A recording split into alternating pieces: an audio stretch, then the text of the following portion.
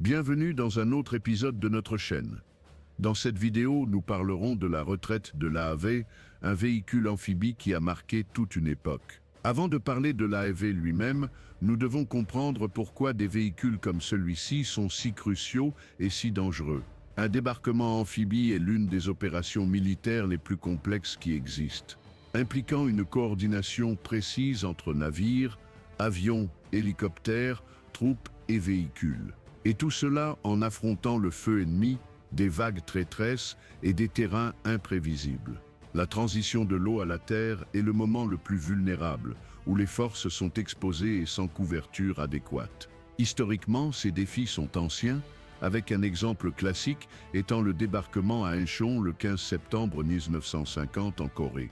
Incheon était un cauchemar logistique, avec des marées extrêmes allant jusqu'à 10 mètres qui n'autorisaient les débarquements que certains jours du mois. Des canaux étroits minés, des courants forts allant jusqu'à 8 nœuds et 10 sans plage réelle, seulement des murs de conteneurs et de la boue qui piégeaient les véhicules. Mais à ce moment-là, avec les forces de l'ONU dirigées par les États-Unis, piégées et encerclées à l'extrémité sud de la péninsule coréenne, débarquer à Incheon, à l'arrière de l'ennemi nord-coréen, était la seule possibilité de s'en sortir vivant. La flotte de 230 navires de 9 nations a affronté des typhons comme Kezia qui ont endommagé des embarcations. Les LST ont dû être allégés pour éviter de s'échouer à marée basse, et la coordination entre les vagues d'assaut a été chaotique à cause de la pluie, de la fumée et de la mauvaise visibilité. Les LVT, précurseurs de l'AAV, et les LCVP se mêlaient, débarquant en des points erronés. Avec le feu ennemi des mitrailleuses, des mortiers et des blindés, causant de lourdes pertes parmi les forces alliées au moment du débarquement. Mais malgré cela, l'assaut dirigé par le général Douglas MacArthur a été un succès, avec 14 000 Nord-Coréens tués, 7 000 capturés et Séoul libéré. Mais cette opération a laissé une leçon dure. Les forces amphibies occidentales avaient besoin de véhicules plus rapides, protégés et polyvalents. Dans la guerre du Vietnam, des opérations comme Starlight en 1965 ont montré des problèmes similaires, soulignant les défis naturels des véhicules amphibies de l'époque, comme la vulnérabilité aux mines, à l'artillerie côtière et aux conditions météorologiques défavorables. Et c'est justement pour contourner tout cela que l'AAV a commencé à être développée à la fin des années 60. Né de la nécessité urgente de remplacer l'ancien LVTP-5, qui était lent dans l'eau, avait une portée limitée et une maintenance coûteuse et difficile. Le corps des marines voulait quelque chose qui puisse transporter des troupes du navire à la côte à travers des eaux agitées et qui soit capable de continuer à opérer sur terre comme un véhicule de combat mécanisé soutenant les marines à mesure qu'ils avançaient. En 1964, les marines ont lancé un concours et la FMC Corporation, aujourd'hui BAE Systems, a remporté avec le prototype LVTP X12. Des tests de 1967 à 1969 ont conduit à un contrat de 78,5 millions de dollars pour Mission 42 unités en 1000. Le véhicule est entré en service en 1972, nommé LVTP-7 et rebaptisé AAV-7A1 dans les années 80 après des mises à niveau. Techniquement, l'AAV est un monstre blindé avec près de 8 mètres de long et pesant 20. Il transporte 3 membres d'équipage et jusqu'à 21 marines avec équipement complet. Armement incluant une mitrailleuse calibre .50 et un lance-grenade Mark 19 de 40 mm. Sa propulsion est assurée par un moteur Cummins FETA K93T de 50-25 chevaux, permettant 72 km/h sur route, 32 hors route et 13 km/h dans l'eau. Sur terre, sa portée est de 84 km et dans l'eau, elle est de 37 km, survivant à un état de mer 5 avec des vagues allant jusqu'à 3 mètres.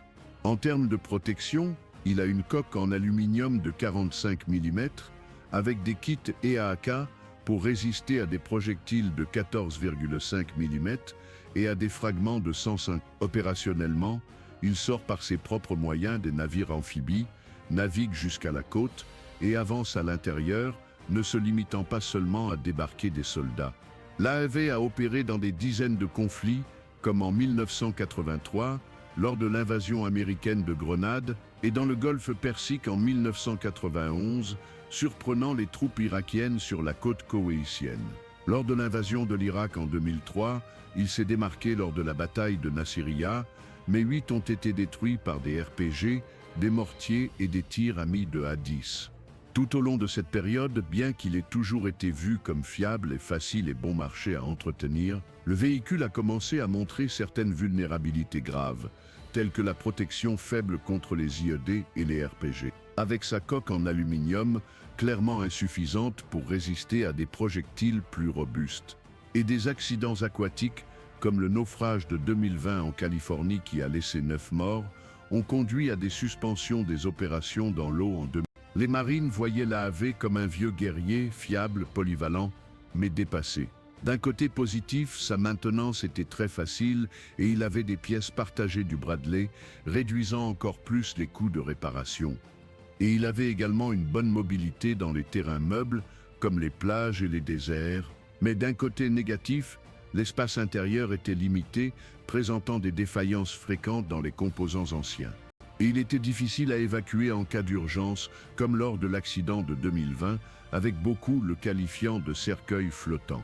Et avec l'interdiction des opérations dans l'eau, il a fini par devenir davantage un véhicule terrestre, perdant son essence amphibie. Et ainsi, le 26 septembre 2025, l'AEV a été officiellement retiré par les marines après 53 ans, marquant la fin d'une ère, avec le successeur choisi étant l'ACV pour Amphibious Combat Vehicle.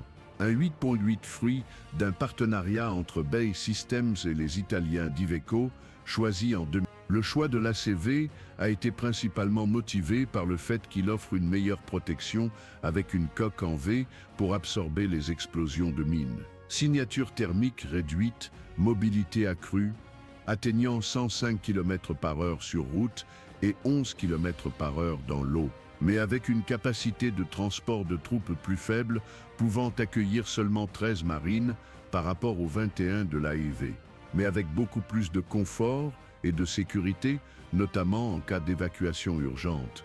Il est équipé d'une tourelle téléopérée avec une mitrailleuse calibre .50 ou un canon de 30 mm dans la variation ACV-30.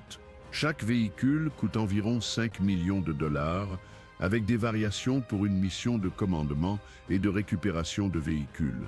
Il est acquis depuis 2018, avec les marines prévoyant d'acheter 632 unités au total. Il est considéré comme bien plus polyvalent et modulaire que l'AAV et capable d'accompagner plus efficacement les marines en territoire ennemi. Et si vous n'êtes pas encore abonné à la chaîne, abonnez-vous.